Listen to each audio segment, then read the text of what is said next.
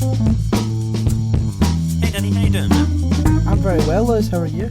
I'm great, thank you. However, I do believe somebody's just started mowing their lawn outside. Oh. Like some kind of a moron. So Wow. if you pick that up halfway through the episode, let me know, and I will immediately kill them and then myself. Yes, quite right. Yeah. Quite right. It's the only logical response. It is. Yes. Hey, so it's another episode of Doctor Who. Woo! We like Yeah. Doctor Who. I like Doctor Who. I like Doctor Who. Mm. Yeah. It's this one's called Praxeus, Oh, and it was written by Pete McTeague. Is that it? I have no idea. Probably. McTeague and Chibbers himself. Good old And- Chibster. Yep. And it was directed by Jamie Magnus Stone, and it's starring the usual bunch: Jodie Whittaker, Tosin Cole, Mandip Gill, Bradley Walsh, and a bunch of other people. So there you go. Don't bother with the names. We're It's so alright. we're so generous to the supporting cast in this show. We don't even fucking mention them. Anyway, so yeah.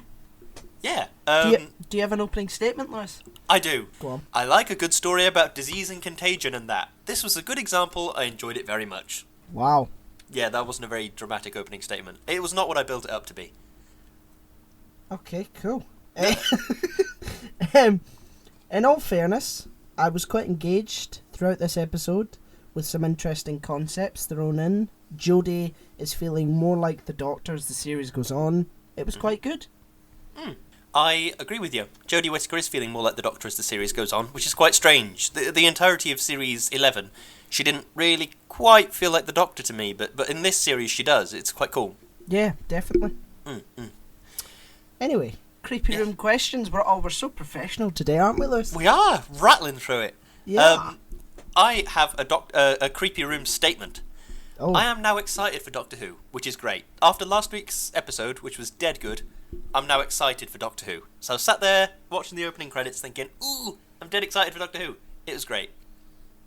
Instead of my normal dread of, oh, fucking hell, what have they done this week? Yeah, what Now I'm excited. Yeah, I'm quite excited to see where it goes. So we better get this one out the way. The cinematography was great again. Yep, it's dead pretty all the time. I'm actually hoping that one episode it's shit, so I can just be like, yes, something different. That one episode they fired the director of photography and said, yeah, you bloke off the street, do you want to have a go? God, do you know why people love this show, Lewis? Why? Because we don't really ask important questions. We do tedious little side bits of dialogue, and we sort of go into a rant about it. And speaking of that, when the Doctor is talking about the sort of alien occurrences, she mentions a talking cat, and the young gentleman on the beach says, "Wait a minute, did you just say alien?" So he's completely glossed over the talking cat. I mean, I would imagine in this universe that aliens are pretty common. Yeah, at that's this point. something I wrote down, is why are people still surprised by aliens? Never seen a talking cat in the show. That's something that it's like Rick and Morty, you know. Yep. But that's just me. I have a question. Go on. Wouldn't you presume, if somebody sent you a text that said, help me, in block capitals, wouldn't you presume that was just spam, some kind of weird marketing thing? Wouldn't you just delete it and ignore it? Yeah, I wouldn't. You're right, I wouldn't really take that seriously.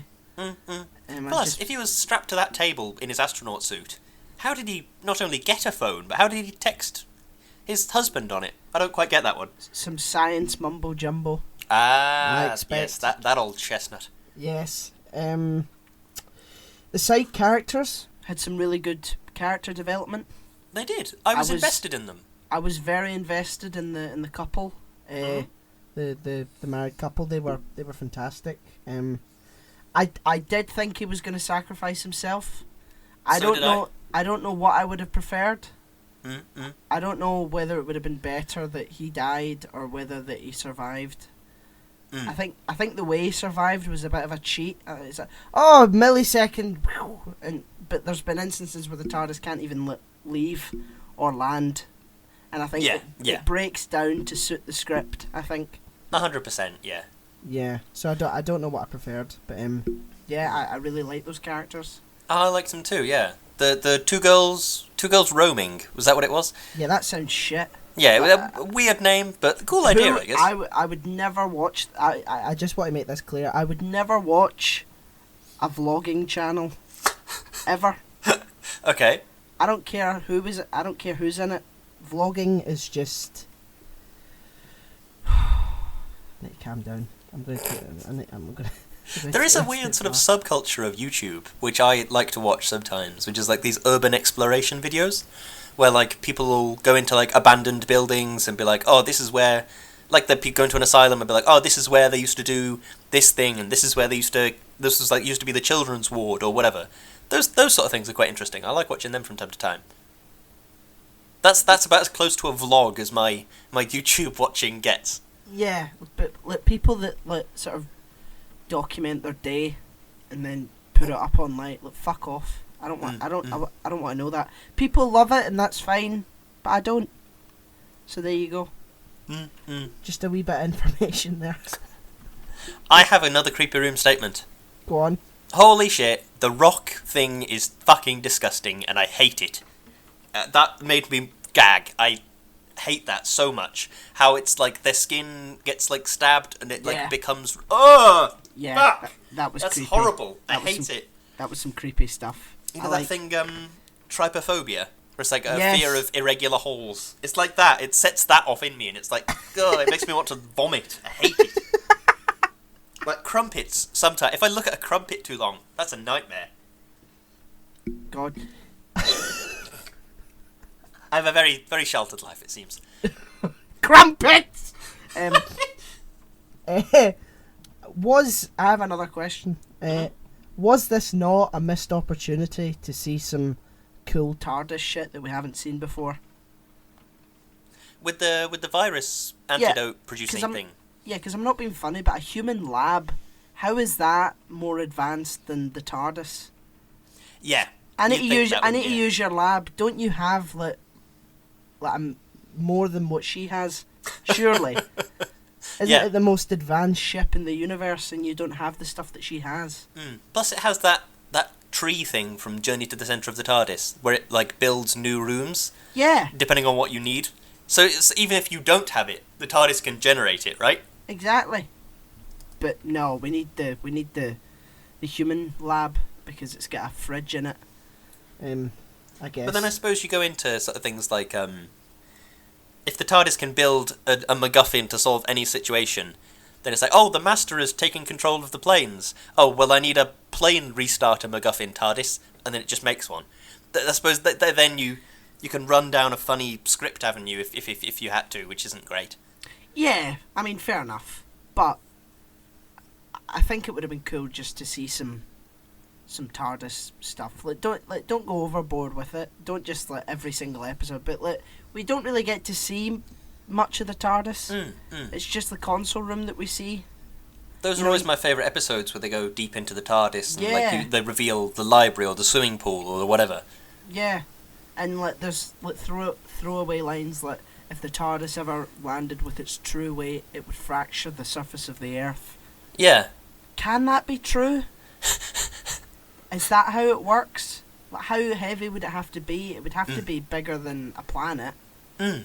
Because that's the other thing they keep coming to is what is it? It's like a separate dimension. The inside of the TARDIS is a separate dimension to the outside of the TARDIS. Yeah. And the door functions as like a dimensional gateway. So does the gateway have weight? Does the TARDIS interior give weight to this dimensional gateway thing? It's inconsistent, but then if you start, it's like the only thing with sort of consistent sort of science lore is like Star Trek. You start looking into like technical manuals of how teleportation works, and it's like very specifically named components and stuff. Yeah. Yeah, I think if you get too into it, you will find holes. The problem that I have with that whole thing is they'll employ science and try and make you take it seriously, but then if you question the fundamentals of how the ship that they use works, it's like, it's a kid's show! You know, it's like, we're going to take this seriously or we're not. Come on, fucking make up your mind. You can't I completely have your agree, cake and eat it. I tell you what, something I liked from this episode was What? Yaz had sort of character development, Yeah. of like she's like actualized. She did a fair bit this episode, which was Yeah, and when the doctor said, "You come with me," or whatever, and she went, "No, it would make more sense if I just go back in there and get this thing or do whatever." Do you know what I mean? That is, good. Yeah. that's a good character trait. It's growth, and it's her becoming braver, but still sort of cautious to some degree. I like it a lot. Yeah, and like I think the fact that she's a police officer should be like used more. Mm. You'd think that would come up a wee bit. Yeah, you'd think. Although it did come up in the last episode and this episode. Yeah, well, they almost did it, but then she got like teleported away, which I thought was like a waste. So that would have been cool to see, you know, this human police officer go up against these space Rhino police. Yeah. Yeah, exactly. That would have been cool, but no, they teleported her away, which was a bit of a waste. But Time Lords have two brains. Is that a thing? Yeah, I don't get that. I mean, people do use the word brains to refer to just everything inside a skull, in a way. I know, but if someone says "come on, brain," would you Yeah, say, that's "Come true. on, brains"? Yeah, okay, that's true. You would say "I've got brains," or "she's got brains," or "he's got brains," but like, "Come on, brains." That. Maybe the really- doctor has like a dozen brains, and they're all scattered throughout the body, like a cockroach. Yeah, it's a binary vascular system, isn't it? binary vascular. Yeah. So she would have. Did she have two brains then? I don't know, maybe. Maybe three. I Just don't know. one sort of squidged on top of the other. Yeah. I'll tell you one thing. Oh, go on. Sorry, I've heard the doctor refer before when she was male to having one brain. Like my brain, or Yeah. my head or whatever, you know. Yeah. Why is it just the insides that have double things? I don't know. Maybe it's something to do with like the left and right hemisphere of a human brain is different to a Time Lord brain, or I don't know. Maybe. Who knows? I'll tell you something I didn't quite like about this episode. It was just a throwaway line, but it kind of stuck with me. Is when the crows were flying about, and the doctor said, "Don't let them bite or scratch you." Do you think you've really got a choice in that with exposed skin? Yeah. Get a hazmat suit or get scratched. Do you know what I mean? That's going to happen, right? And the virus is only it only spreads through blood then. Because what's his name? Is it Jake? Jake, the police officer. I think so. Yeah. Who was the husband? He was holding his husband's hand, and I was like, well, isn't he infected, or is it just blood? Do you have to be scratched in order for it to? I took it to be scratched, yeah, like a blood Yeah. transferred thing. Because I think they said a couple of times it was like a bacterial infection which sort of metastasizes plastic. Yeah. Are Graham and Ryan just thick? Do they not know what a pathogen is? I feel as if quite a few people know what a pathogen. I knew what a pathogen was. I feel like, yeah, pathogen is kind of specialist dialogue to some degree, but also contextually, you could sort of figure out it's a thing that carries disease. Do you know what I mean? Yeah. Although I suppose you do have to bear in mind it is a kids' show to some degree. They do have to explain these things to kids. Although that's a flimsy excuse, I will admit. Yeah, because there's a lot of death and a lot of horror in it. It's like, Yeah. how young are we making it? You know. That's very true. It's very true. One what thing the Go on. Sorry. No, you go on. I liked how this episode was preaching about the plastic crisis, but it wasn't as on the nose as the Nikola Tesla episode was. Or was it the Nikola Tesla episode? Which No, one was it the was- global it- warming episode? It was Orphan 55. Yeah, Orphan 55, that pile of shit. But it wasn't as bad Yeah. as that. That was Yeah, but- like really on the nose. You need to stop global warming, use Yeah. reusable fuels. But this was like alluding to this plastic thing. Like, there is so much plastic in the environment. It's Yes. a natural... And that was a part of the story, and it also was a message. It wasn't... Those two Yes. things weren't separate like they were in Orphan 55. They weren't. I liked there it a wasn't, lot.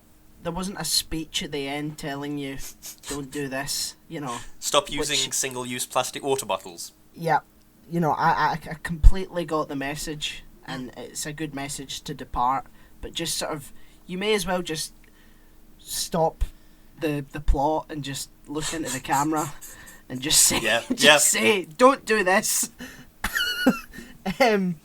No, but I agree with you. I think it was handled much better in terms of getting your message across. What did you think of the... Oh, I've forgotten her name already. The remaining girl of Two Girls Roaming. Does that make sense? Yeah. The one that was with them the whole time. Yeah, one girl... Oh, what was her name? One girl got Praxeus and one girl didn't. Yes. But yeah, I thought she was kind of a cool character. She was like adventurous and sort of interesting and cool. But on the same level, she did do a couple of weird things. She didn't really do anything though, did she? But then when she was with Yaz in that lab, and the big plague doctor bloke came around the corner, she went, "Hide!" She like shouted at Yaz. It's like, well, come on, he's in the doorway. If you shout, hide. And then plague doctor blokes were creepy as well. I think the problem that these scripts have is that they add a lot of side characters and don't really do anything with them. That could have been a cool thing. Like maybe it would have been better if they were both like journalists. Yeah. And they wanted to find out for themselves, and she was following along, and it sort of gave her a new lease of life. You know, that would have been much more interesting and a much more interesting. But she's just a vlogger that was probably one of the most dangerous parts of the world. They were going to sleep near a river, and there was just these crows flying about. Her friend died, and then she was a third wheel by the end of it. Yeah, yeah. Which just was walking on her own. Because, like, yeah, sure, 3 idiots roaming, whatever, make that a thing. But on the same level, if they are actually going to go on a honeymoon, is she really going to go with them? Yeah, if I was one of the husbands, I'd be like, no, sorry, you're not. I barely know you. Sorry, I've known you for a day and a half, and this is my actual honeymoon with my husband. No, you're not coming with me. That was a bit weird. Also, while we're talking about them three, why drop them off on a beach on Madagascar? Well, I mean, because that's where none of them were. Doctor Who has a precedent of doing that. The Doctor dropped Sarah Jane off in Aberdeen and Peter Capaldi's Doctor left Clara in Glasgow and said he was going to get coffee. And then 2 weeks later he shows up with coffee. I mean, I think that's sort of the Doctor's lack of social graces. Yeah. Which I think is pretty good. What else? I've got two slightly annoying things. Oh, go on. One very small gripe was when they were in the hospital, Ryan and one girl roaming. Don't go in the quarantine room. That's a quarantine room. You go in there, you get diseased. That's the whole point of quarantine, right? I get that her friend was in there, but Jesus Christ, don't go in the quarantine room. And there's like great big tape from corner to corner, all across the door. Don't go in the fucking quarantine room, Jesus. Who put her in there? Doctors? I don't know. Was it those people? Oh, don't know. Doubt it. Because we don't see we just see the crows attack her, and then they go looking for her, and she's lying on a table with. I can only assume that it's those people. Yeah. To sort of experiment and see what happens to her. And by the way, a tent was what stopped the birds. Why weren't both of them taken? Yeah. She left the tent. The friend who was fast asleep didn't hear anything, and then woke up. Oh my God! Yeah, you think claws and beaks, and you think you could get through some sort of paper thin nylon? You'd think, wouldn't you? Exactly. But who knows? Those sort of tents are usually made of like a sort of plastic composite fibre. If anything, that's good for the Praxeus, right? Yeah, exactly. The other thing that was vaguely annoying, they were still quipping. Graham, he still quips all the time. And, like, yeah, I get that they're doing some kind of wise grandpa type thing with him. Like, there's what they did with the police officer husband. And he was, like, sat on the beach saying, don't think it's him you're what was it? I don't think it's him you're punishing, mate. I get that they're doing, like, a sort of wise old grandfather thing. But, you know, I'm not... That's great, but you can't have that, but also have him be quipping and funny. Yeah. Like when he was in the warehouse in was it Hong Kong? Or Tokyo? It was Hong Kong, I think. Yeah, well, when he was in the warehouse in Hong Kong with Yaz, and he was looking at that map, and he said, it's just through that wall. Then Yaz flipped it over and he went, oh, it's just through that door. That's a needless, weird quip that I don't really understand. Yeah. See, if you hadn't seen Bradley Walsh in anything else, you would assume that he couldn't act. But I've seen him in the Sarah Jane Adventures. Oh, I didn't realise he was in that. Yeah, he played, I don't know if you remember, it was a sort of clown entity. Oh, God. I'll have to Google that. And he was fantastic. I was fucking terrified as a child. He was great. And he played someone who was French, someone who was German, and someone who was American. And that was the three sort of alien entities that he sort of played. And they were really good. It was really good. But in this one, he's just sort of, his lines just sort of fall flat a wee bit. And it's just like, come on. Yeah, I completely get what you mean. It was bit of a funny one. It's I like the Yaz character. I don't know any of their names in real life, which is really terrible. But the actress playing Yaz is really good. Mandip Gill. Mandip Gill, that's it. Yeah, Jodie Whittaker is good. I like her as the Doctor in this series. Bradley Walsh is like he's got two different ways that he wants to play Graham, and he can't decide which he wants to do. I don't know if that fault lies with him or with a writing thing, maybe, whether they want him to be quipping and funny like Bradley Walsh, or whether they want him to be a wise old grandfather like Graham, is what I imagine Graham to be. Yeah. And I don't particularly like, is it Tosin Cole that plays Ryan? I don't quite like his performances. He doesn't seem too great, I'm not sure. He's always sort of with like a girl, and like, you know, because in Orphan 55 he was with that girl who he was hitting on, and like there's some sort of like romantic chemistry sort of set up, and then it just sort of gets torn away. And I think I get the feeling that they're just making him thick. That the writing just sort of makes him really stupid. Yeah, yeah. Like, well, why is it? Doesn't know what a pathogen is. You're really hung up on that pathogen thing, aren't you? Yeah, I was just like, is no one else like, really? You're an old man. You must have heard the word pathogen before. I'm fairly sure it's the kind of thing you'd see on like BBC News or whatever. Yeah, do you know what I mean? I'm sure he watches Panorama. Would the Doctor regenerate if she was infected by Praxeus? Ooh, I don't know. Because the body sort of... presuming that a Time Lord can catch it, and presuming the symptoms are similar to what happened to whatever alien race it was that brought it to Earth, and the symptoms are similar to humanity as well, then the body sort of disintegrates. So I'd go with no. Yeah. Does a Time Lord have to have his or her full body sort of there in order to regenerate, or can she just sort of rebuild herself? I don't know if it's full body. Reconnect? I don't know if it's full body. Like, I feel like if you cut off a Time Lord's arms and legs sort of thing, they might still be able to do it. Maybe it's like a brain-centric thing, or... We've seen David Tennant grow his hand back. So maybe the cells, the scattered cells sort of maybe like come back together almost. Yeah, maybe. Maybe it's like Dr. Manhattan, almost. Yeah, what was it? An interdiction field. Yeah, and he can rebuild himself. Maybe the cells do the same thing. I've got a quick question about the Madagascar lab. How come the Doctor requested all of that equipment off that girl and then never used any of it? Yeah. She requested all of that equipment and then just did it in 10 seconds on a laptop. Yeah. I think the only thing it was briefly alluded to was, here are the bloods back on... What was it? Larry? The astronaut guy? I've forgotten his name. No idea. But here are the bloods back on this guy, and she's like, "Oh, you are quick." Well, I mean, yeah, but like we didn't see her do anything. She could have just made up some numbers and written them down, right? And Ryan dissected a crow. Yeah, I feel like I wouldn't know how to do that. I feel like I don't know enough about birds or dissection to do that. Can you just cut this open for me and see what's inside? What else? I like that this Doctor is making friends. It's something that David Tennant did on the reg. Like, he made friends with Alonso in, was it Voyage of the Damned, and then set him up with Captain Jack.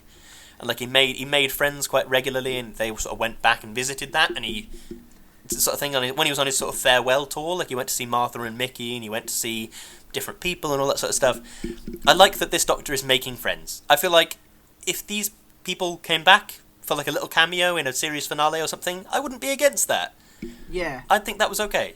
I mean, we can't remember their names, but if they came back, yeah, we did 3 Idiots Roman, and now we've got 1 million subscribers on YouTube, I would just be resentful, Lewis, because our channel would still be dwindling.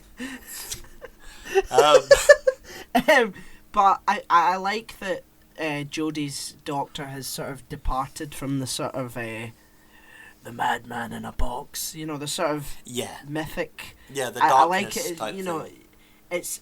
she's far more curious and just sort of Almost playful to some extent. Yeah, very playful, very light, very fun, and I think that's a good departure. I don't think we've really had that before.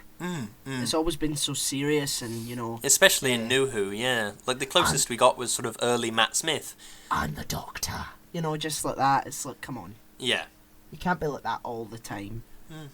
But like you say, even with early Matt Smith, he was like fun-loving, and he had like, oh yeah, I want this balloon. When he went to, what was it, the Beast Below, that episode where they went to that Starship London or whatever it was, Starship UK, that was it. And he was like, oh yeah, I've got a balloon, and I'm talking to kids, and do you know what I mean? He was like a fun-loving person, but then sort of quite quickly I found his character did not degrade, but it sort of changed into this sort of, what's Very the word? mythic. Mythic sort of darkness-centric type person. The Pandorica opens type. Yeah. You know, the ending was quite abrupt. Yeah, it was a bit. It was like, oh, and that narration at the start. I Yeah. don't really know what purpose that served. Well, no, you could have just had that stuff at the end and it would have had the same effect. There was no real point to having it at the start. Because at the start I actually did write down, but surely there are no humans at the bottom of the ocean or the top of the atmosphere. So, I don't know. Yeah, I don't know. I have to say, I did enjoy it. I did like as well this little, one of my pet hates is in films and TV shows when they have pointless location tags. Like when they say New York City or whatever on the bottom left corner of the screen, but it's also a shot of the Empire State Building. And you're like, well, yeah, I already know what that is. And so there was that one where it said Peru, and they were in some jungle somewhere. And I was like, okay, yeah, well, I don't know where this is, so thank you for the useful location tag. And then immediately thereafter, it was a photo, it was like a video of the quite iconic Hong Kong skyline, and it said Hong Kong. It's like, well, come on, I know what Hong Kong looks like. I think this show's very sort of, it's a big fan of the sort of multiple country type stories, isn't it? And I feel as if the north of England is like a really big theme in this show. It sort of has been recently, yeah. Because most side characters have been like, from the north. The astronaut was from the north. Yeah, ex-policeman. They were like that. I think he was in Manchester. Like when he was in the bar, they said it was like the Manchester News or something. They don't put a location tag for that, funnily enough. No. Caught you out there, chibbers. One thing I would like to say as a final CR statement, CRS, the sort of sort of cold open, making us wait for the actual characters that we know, I quite like them. Yeah. How in this episode it was, we had to wait for quite a while before we saw, like I think Ryan was the first Team TARDIS person we saw, and we had to wait quite a while to see him. And in the previous episode, we had to wait quite a while to see Jodie Whittaker and all the other companions. I quite like that. That's nice. It sort of immerses you in the world a bit, these cold opens. Yep, I agree with that. Look, but I had another one, but Lewis has finished it for me, so it's a final CRQ. And I'm like, all right. Go on, I'll let you have a bonus one. I was joking. I don't. Okay. I'm out. Well, I'm all out. I'm more or less all out. Yeah, I've got some weird bits and bobs, but yeah. Yeah. Okay. Do you have a closing statement, good sir? I do. A bit of a filler, but decent performances and engaging characters. I was thoroughly involved and wanted to see where it went. Not amazing, but good. Agreed. A good job at making stuff both spooky and actually scary. I'm impressed. I like the single-use companions, and I kind of want to see them again. Much better than the first half of the series so far. Yes, I think we're on a sort of winning trajectory. Yes, And here's hoping. There's a 2-part season finale. Oh well, hey. So it'll be 9 and 10. That'll be the final. So it's 2 more to go, and then we'll see what happens. Do we reckon we'll have Captain Jack in the 2-part series finale? No. No, we won't, will we? No, but we'll see him in series 15.